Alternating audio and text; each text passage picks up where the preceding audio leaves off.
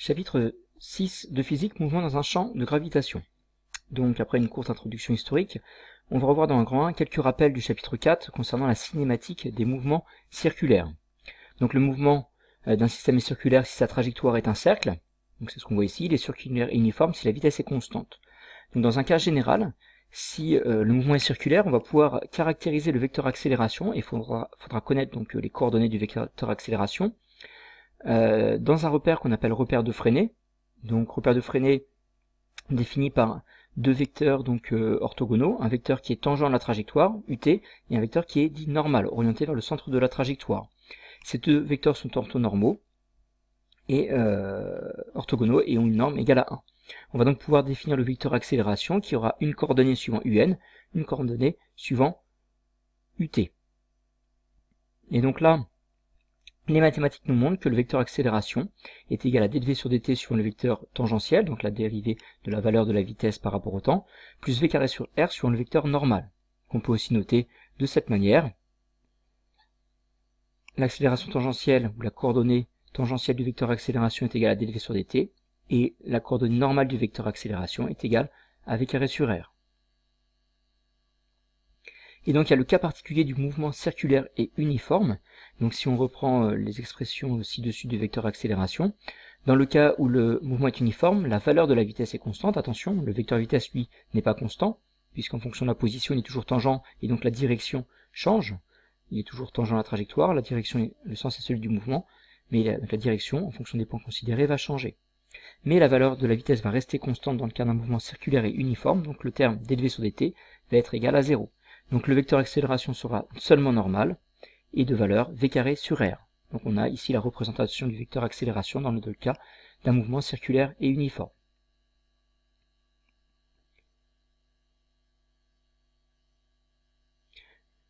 Ensuite, grand 2, donc, mouvement de satellite en orbite circulaire. Donc on va traiter seulement le cas des orbites circulaires, le seul accessible avec nos connaissances en mathématiques au niveau de la terminale. Donc tout d'abord, on va définir les référentiels dans lesquels on va étudier le mouvement des planètes. Donc si on étudie le mouvement d'une planète autour du Soleil, on l'étudiera dans le mouvement héliocentrique. Donc l'origine de ce référentiel, c'est le centre du Soleil, et on choisit trois axes, éloignés et orientés vers des étoiles lointaines. Pour étudier le mouvement de la Lune, ou des satellites artificiels de la Terre, on va utiliser le référentiel géocentrique. Le centre de la Terre et le centre du référentiel est le centre de la Terre, et les axes sont orientés vers des étoiles lointaines. Donc l'intérêt de choisir ces référentiels, c'est surtout de s'affranchir de la rotation de la Terre ou du Soleil. Choisir le référentiel géocentrique, un référentiel terrestre pour étudier le mouvement de la Lune ou d'autres satellites, donnerait une trajectoire relativement compliquée, c'est ce qu'on va voir en activité. Et donc dans le référentiel géocentrique, la Terre apparaît, dans le référentiel géocentrique, la Terre a un mouvement de rotation propre, donc c'est la rotation qu'elle a sur l'axe de ses pôles, donc en 23h56 environ. Et le référentiel géocentrique, donc la Terre, est en mouvement de rotation autour du centre du repère lié au référentiel héliocentrique, donc autour du centre du Soleil. On appelle ce mouvement le mouvement de révolution. Donc la période de révolution de la Terre autour du Soleil est de 1 an, 365,25 jours.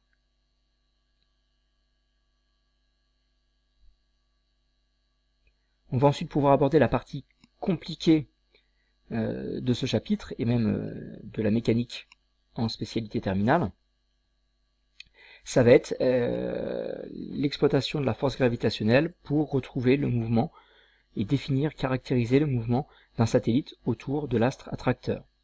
Donc tout d'abord, on définit la force gravitationnelle d'un point de vue vectoriel.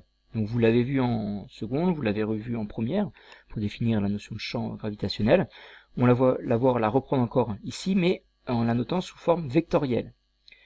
La force gravitationnelle est une force attractive, donc la force exercée par A sur l'objet B, c'est une force qui s'applique au niveau de l'objet B, elle est exercée par A, elle est attractive, donc orientée de B vers A. Si on veut exprimer cette force à partir du vecteur unitaire UAB, qui est orienté lui de A vers B, on va écrire que la force gravitationnelle de A sur B est égale à moins G, fois le produit des masses du corps A sur le corps B, fois le corps B, sur la distance entre les centres des deux corps au carré. Et sur un vecteur UAB. UAB est orienté de A vers B, la force gravitationnelle exercée par A sur B est orientée de B vers A, donc ces deux vecteurs, F de A sur B et UAB, le vecteur unitaire, sont de sens opposé, d'où le moins. si à la place de UAB on avait pris UBA, qui serait ce vecteur unitaire, on aurait FAB égale plus GMA fois MB sur AB au carré UBA. On peut donc noter la force gravitationnelle, sous la forme de ce qui est noté là-bas. G est la constante de gravitation universelle, on vous donnerait la valeur, 6,67 10 puissance moins 11, mètre cube kilogramme moins 1 seconde moins 2, ou dans le système international. Les masses sont exprimées en kilogrammes, la distance D au carré entre les centres des corps doit être exprimée en mètres, donc attention aux conversions. Et donc UAB est un vecteur unitaire dirigé de A vers B, donc UAB est égal à moins UBA, et c'est aussi UAB l'opposé du vecteur unitaire normal défini dans la partie précédente sur les mouvements circulaires. On va donc essayer et réussir à étudier le mouvement d'un satellite de la Terre de masse ms autour du centre attracteur, donc qui est la Terre, donc autour du centre de la Terre.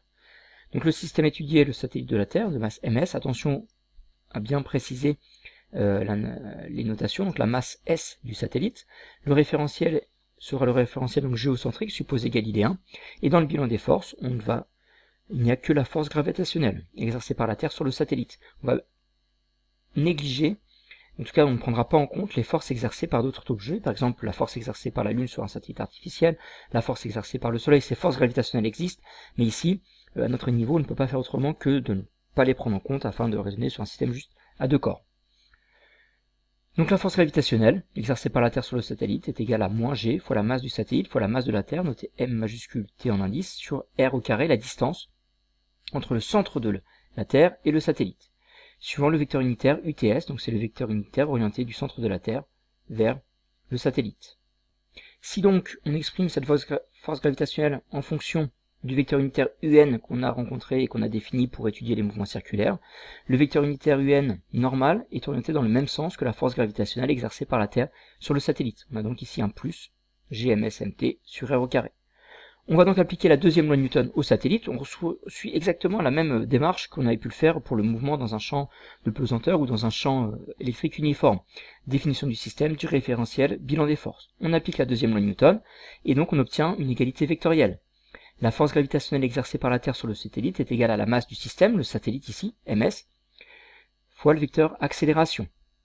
On a vu que pour se sortir de cette égalité vectorielle, elle impliquait une égalité sur les coordonnées des vecteurs.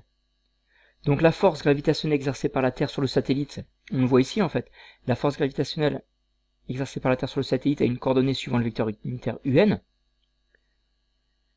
mais pas une coordonnée nulle suivant le vecteur unitaire UT. On aurait pu écrire ici plus 0 UT.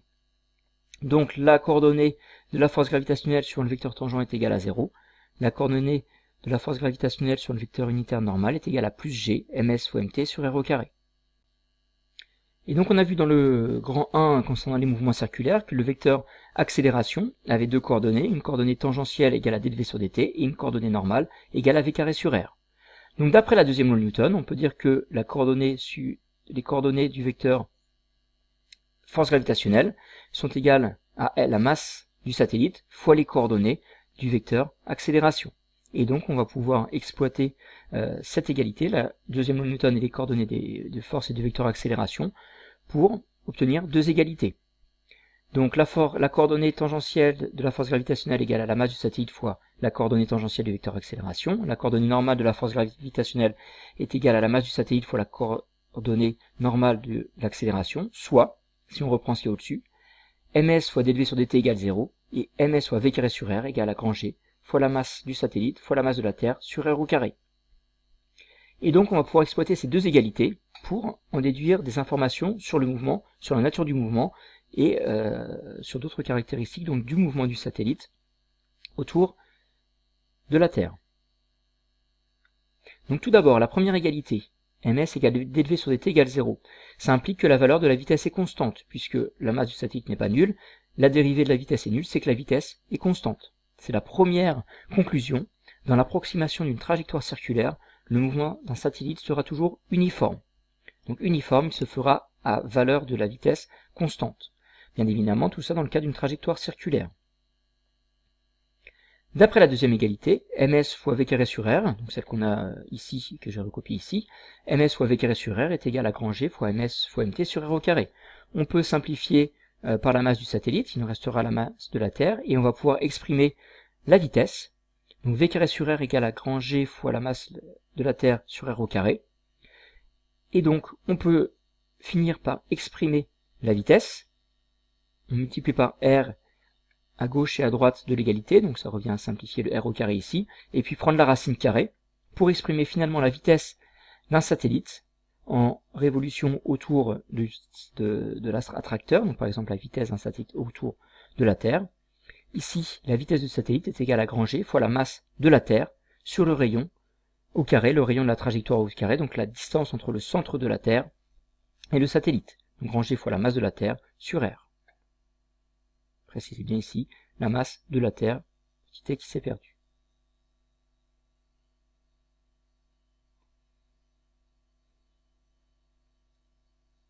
Enfin, on va pouvoir, connaissant la vitesse, connaissant le rayon, déterminer la période de révolution du satellite. Je vous rappelle que la période, c'est la durée nécessaire pour effectuer un tour autour de l'astre attracteur. Donc le mouvement est uniforme, la distance, la vitesse est constante. La valeur de la vitesse est constante, donc la distance d parcourue par le satellite en une période de révolution, ce sera égal à la longueur de la trajectoire, le périmètre d'un cercle sur la durée nécessaire pour parcourir cette distance, le périmètre. On va donc écrire que la vitesse est la distance sur la période, donc distance sur distance, donc le périmètre sur durée nécessaire pour faire un tour pour parcourir ce périmètre, donc la période de révolution. Donc la distance c'est le périmètre d'un cercle, 2π fois le rayon de ce cercle, d'où la période de révolution, ce sera égal à 2π fois le rayon sur v. Or, on a vu, c'est encore au-dessus, que la vitesse c'était égal à la racine carrée de gm sur r. On peut donc écrire que la période c'est 2π fois r sur la vitesse, donc sur la racine carrée de r sur gm. Attention, hein, la vitesse c'est gm, racine carrée de gm sur r, donc l'inverse de la vitesse c'est racine carrée de r sur gm. C'est ce qu'on obtient ici. Finalement, la période de révolution d'un satellite est égale à 2π fois le rayon au cube sur gm. Ce qu'on peut remarquer dans cette expression, c'est que la période de révolution ne dépend que de la constante de gravitation universelle, elle ne dépend que de la masse de l'astre attracteur, donc la période de révolution d'un satellite ne dépend pas de la masse de ce satellite, elle ne dépend que de la distance de ce satellite par rapport au centre de l'astre attracteur. Donc la période d'un satellite dépendra de la masse de la Terre, de la constante de gravitation universelle, qui sont des constantes, et donc seulement de la distance à laquelle le satellite se trouve du centre de l'astre attracteur, donc de la Terre, ou du Soleil dans le cas d'un satellite du Soleil, etc. Je vous laisse donc noter ces différents éléments. Voilà donc pour cette partie concernant le mouvement de satellites en orbite circulaire. On a montré donc que la vitesse dans le cas d'un mouvement circulaire était constante, que vous pouvez exprimer la valeur de cette vitesse et en déduire l'expression de la période de révolution.